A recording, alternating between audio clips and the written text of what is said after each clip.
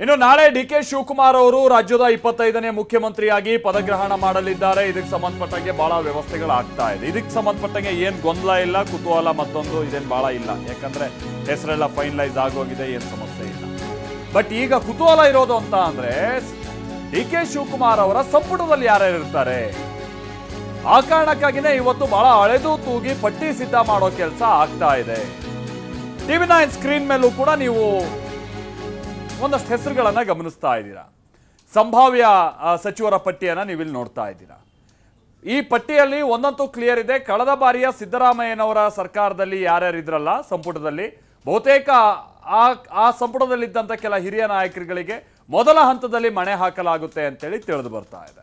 So ಅದನ್ನು ಹೊರತುಪಡಿಸಿ ಇಲ್ಲಿ ಸ್ವಲ್ಪ ಸರ್ಪ್ರೈಸ್ ಅಂತ ಅನ್ಸೋದೇನು, ಅಥವಾ ಕಳೆದ ಬಾರಿ ಇಲ್ದವ್ರು ಈ ಬಾರಿ ಯಾರು ಮೊದಲ ಹಂತದಲ್ಲಿ ಅವಕಾಶ ಪಡಿತಾರೆ ಅದನ್ನು ನೋಡಿದಂಥ ಸಂದರ್ಭದಲ್ಲಿ ಈ ಕ್ಷಣಕ್ಕೆ ಒಂದು ಖಚಿತವಾದಂಥ ಹೆಸರು ಅಂತ ಅಂದರೆ ಅದು ಸಿದ್ದರಾಮಯ್ಯನವರ ಪುತ್ರ ಡಾಕ್ಟರ್ ಯತೀಂದ್ರ ಸಿದ್ದರಾಮಯ್ಯ ಅವರದ್ದೊಂದು ಹೆಸರು ಈ ಬಾರಿ ಈ ಪಟ್ಟಿಯಲ್ಲಿರ್ಬೋದು. ಅದನ್ನು ಹೊರತುಪಡಿಸಿದ್ರೆ ಮುನಿಯಪ್ಪನವರ ಮಗಳು ಏನಾದರೂ ಈ ಬಾರಿ ಅವಕಾಶ ಕೊಟ್ಟರೆ, ರೂಪಕಲಾ ಅವರಿಗೆ ಏನಾದರೂ ಅವಕಾಶ ಕೊಟ್ಟರೆ ಸೊ ಅದು ಎರಡನೇ ಹೆಸರು ಆಗಿರ್ಬೋದು ಅಂತ ಕಾಣಿಸುತ್ತೆ. ಇಲ್ಲಿ ವಿಚಾರ ಅಂತಂದರೆ ಡಾಕ್ಟರ್ ಯತೀಂದ್ರ ಸಿದ್ದರಾಮಯ್ಯ ಅಥವಾ ಭೈರತಿ ಸುರೇಶ್ ಇಬ್ಬರಲ್ಲಿ ನಾಳೆ ಒಬ್ಬರಿಗೆ ಅವಕಾಶ ಸಿಗುತ್ತೆ ಅಂತ ಹೇಳಲಾಗ್ತಾ ಇತ್ತು. ಬಟ್ ಬಹುತೇಕ ಯತೀಂದ್ರ ಸಿದ್ದರಾಮಯ್ಯನವರ ಹೆಸರು ಫೈನಲ್ ಆಗಿದೆ ಮೊದಲ ಪಟ್ಟಿಯಲ್ಲಿ ಅಂತ ಹೇಳಲಾಗ್ತಾ ಇದೆ. ಅದಕ್ಕೆ ತಕ್ಕಾಗೆ ಇವತ್ತು ಸಿದ್ದರಾಮಯ್ಯನವರು ಡೆಲ್ಲಿ ರೌಂಡ್ಸ್ ಹೊಡಿತಾ ಇದ್ದಂಥ ಸಂದರ್ಭದಲ್ಲೆಲ್ಲ ಅವರ ಹಿಂದೆನೇ ಡಾಕ್ಟರ್ ಯತೀಂದ್ರ ಸಿದ್ದರಾಮಯ್ಯನವರು ಅಂದರೆ ಪುತ್ರ ಕೂಡ ಯಾರನ್ನು ಭೇಟಿಯಾಗಬೇಕು ಆ ನಾಯಕರುಗಳನ್ನೆಲ್ಲ ಭೇಟಿಯಾಗುವಂಥ ಆ ತಂಡದಲ್ಲಿ ಅವರು ಇದ್ದರು.